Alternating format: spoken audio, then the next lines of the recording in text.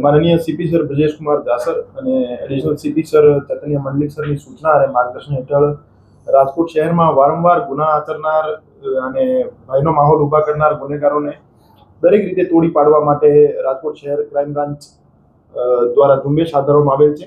આ ઝુંબેશના ભાગરૂપે એસીપી શ્રી ભરત બસિયા સાહેબ, પીઆઈ શ્રી મેહુલ ગોંડિયા સાહેબ, પીઆઈ શ્રી મનોજ દામોર સાહેબ અને પીઆઈ શ્રી ચિરાગ જાદવ સાહેબની ટીમ દ્વારા શહેર વિસ્તારના બી ડિવિઝન એરિયામાં કિબલા ગેંગ નામની ટોળકી, જેના વિરુદ્ધ 89 જેટલા ગુના દાખલ થયેલા છે, એમાં 4 ખૂનની કોશિશ, 5 લૂંટ અપહરણ, 11 રાયોટિંગ, 1 છેડતી અને 29 મારામારી અને બીજા પ્રોહિબિશન અને આર્મ્સ એક્ટના ગુના દાખલ થયેલા છે।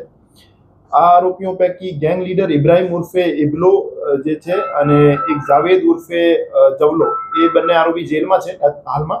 અને આ સિવાયના 4 આરોપીઓ સલીમ ઉર્ફે સલિયો, મહેબૂબ ઉર્ફે મેબલો, અશરફ અને લખન હાલ ક્રાઇમ બ્રાન્ચના શકંજામાં છે।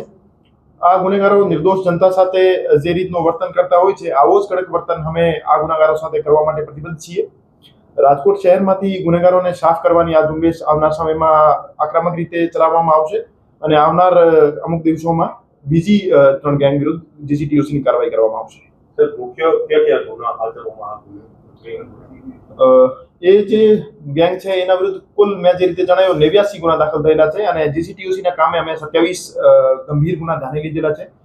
ગુનાઓની વાત કરીએ તો એમાં 4 અટેમ્પ્ટ ટુ મર્ડર છે, લૂંટ અને અપહરણના 5 ગુના છે અને 11 રાયોટિંગના છે, 1 છેડતીનો અને 29 મારામારીના ગુના છે।